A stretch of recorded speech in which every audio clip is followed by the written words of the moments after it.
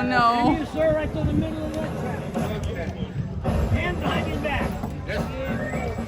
Last head in the middle. Perfect. Okay. Bye, honey. I love you. Are you sure?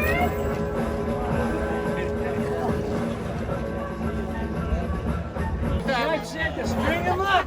That's exactly what we're going to do. I'll give you a chance to say last and final words you make. Please have mercy.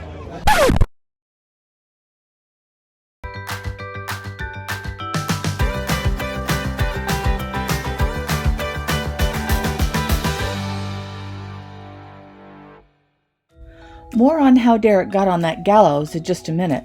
But first, consider this. Our lives are not just one big story. They're made up of lots of little stories strung together to make a life. A year at a time, a month at a time, a week, or even sometimes just a day at a time. That's what this week's video is about. 5 little stories that, strung together, made for a great week. Phoenix, Arizona is so big and there's so much to do that you could easily spend years going to museums, attractions, attending concerts, and so much more. But we only had 12 days, so we had to choose. You may have already seen our Hall of Flame video featuring the Hall of Flame Fire Museum, and if you haven't, I've linked it here and in the description. So let's take a look at the stories that shaped our time in Phoenix, from just things we did to the memories that we made. Mammoth Steakhouse in Goldfield Ghost Town was a suggested site for lunch with our new friends Tami and Patrick Fortuna of Always Joyful Journeys 1 on Instagram and Always Joyful Journeys on YouTube. Tami and I got acquainted on Instagram, and when we found out we would be in the same area at the same time, we arranged a meetup. The 4 of us clicked immediately and had such a great time. Tami and I even bought tiny wool llama keychains together.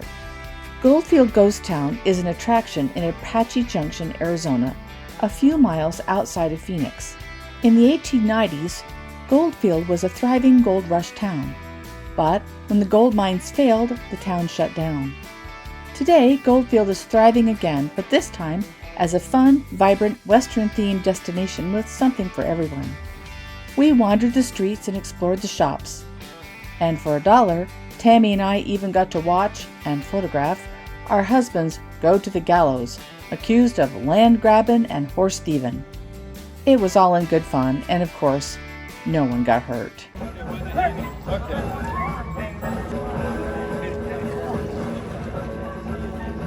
Hey, slowly but surely. Yes, sir. We've been looking for these two for a while. Yeah, out there land grabbing. I told you not to do it! All right, on 3. On 3. Y'all help me. We're going to watch them swing. 1, 2, 3. Happy New Year. What'd you say? It didn't work. Have mercy, it worked. What did you say? He gave us a second chance. Yay! We also got to see our new friends Tami and Patrick show us how it's done on the dance floor, or the dance dirt as you can see. The Fortunas met on the dance floor. Patrick is a talented dance instructor specializing in country dance. Tami is right there with him in dance and in life. Once they retire, they will join the hundreds of restless adventurers traveling in their RV. In the meantime, they take weekend and vacation trips and document their fun on Instagram and YouTube.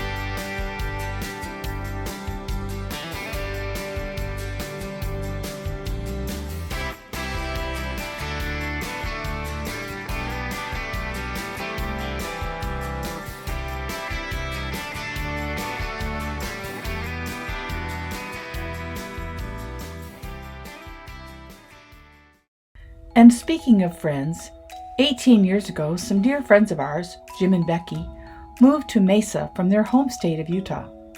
Jim and Derrick worked together at WordPerfect in the 1980s, and we have remained dear friends, although we don't get to see each other very often. We got to reconnect over dinner at Rancho de Tia Rosa, a lovely Mexican restaurant in Gilbert's Tuscany village. We were also the lucky recipients of 5 bags of citrus fruit from the trees in Jim and Becky's yard. When I tasted the oranges from her tree, I realized to my own shock, I had never had an orange straight from the tree. We grew up in Vermont, where of course oranges do not and cannot grow outside. We've lived in Utah for the past 44 years and it's still too cold for oranges to grow.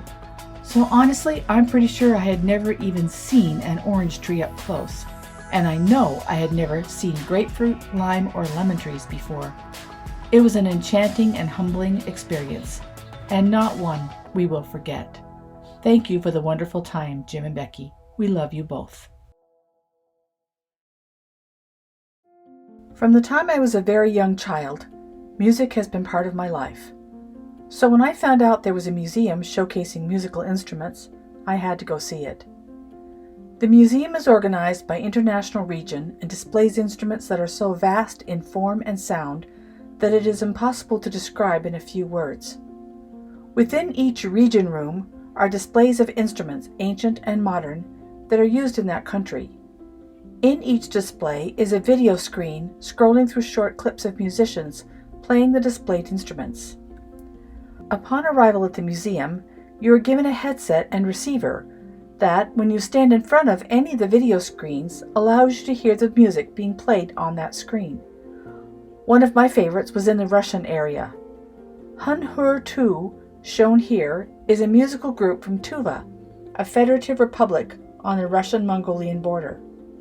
For copyright reasons, I cannot play a clip of their song here, but I would strongly urge you to click on the link below and listen to them. They perform throat singing, a skill found throughout that region that is unlike anything my Western ears had ever heard.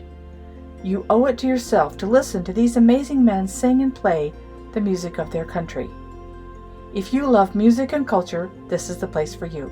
The museum is located at 4725 East Mayo Boulevard in Phoenix and is open daily from 9 a.m. to 5 p.m. I have linked the website in the description below. A different musical experience was had on Friday the 31st. In the latter part of 2019, I found out that one of my favorite jazz trumpet musicians would be performing in Scottsdale while we were there in Arizona. I quickly purchased 2 tickets to see the Botti concert, held at the Highlands Church in Scottsdale. Botti is a world-class musician, and his concert was outstanding and ranged from classic jazz to opera. This little snippet was filmed during the Scottsdale concert. At one point in the show, he invited us to pull out our phones and take photos, video his performance, and upload it to social media. So take a listen to this amazing talent.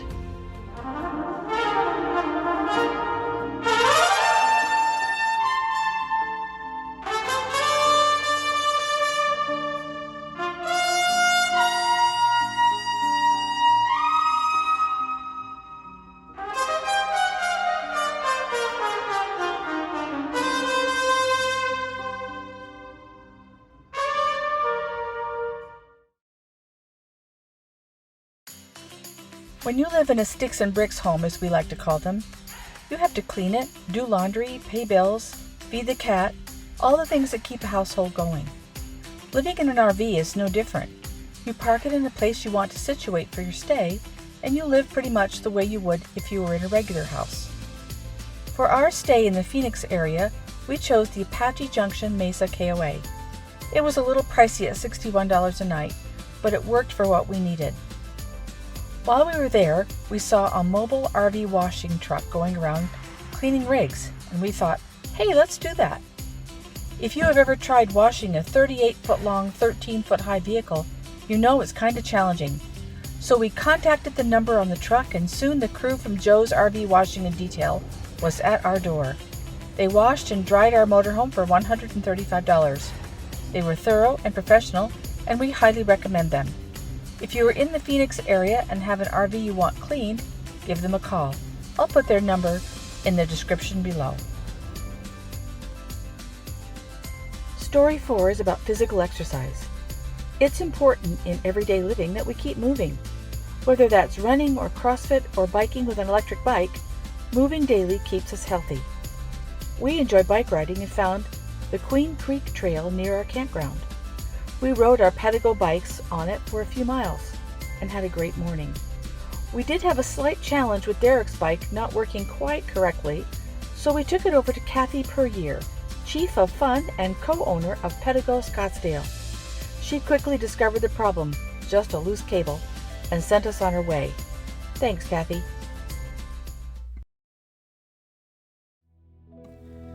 And finally, just as important as physical exercise and nourishment, there is spiritual nourishment. The Church of Jesus Christ of Latter-day Saints has places of worship all over the world. So as members of the church, we are always able to find places to attend Sunday services. We meet great people and learn and grow each time we attend.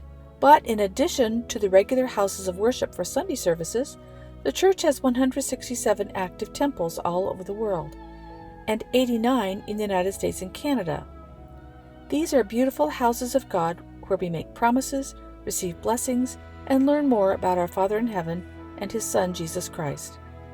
Derrick and I have been to 35 of the 89 temples in the United States and Canada, and our goal is to get to as many of the temples as we can over the next few years. While we were in Phoenix, we got to attend sessions in the Phoenix and Gilbert temples. There is also one in Mesa that was in fact one of the first temples of the Church of Jesus Christ of Latter-day Saints, built outside of Utah. It is currently closed for extensive restoration, but when it reopens, there will be an open house for anyone interested in seeing the interior of this beautiful house of God. If you live in the Phoenix area, be sure to keep an eye out for this event. So there you have it. 5 little stories of what we did while we were in Phoenix. Add them all up, though, and they equal a fulfilling and happy week that encompassed friends, food, fun, physical and spiritual nourishment, and just plain living. And isn't that what we all need? We hope your week is filled with warmth and joy in the stories that make up your lives.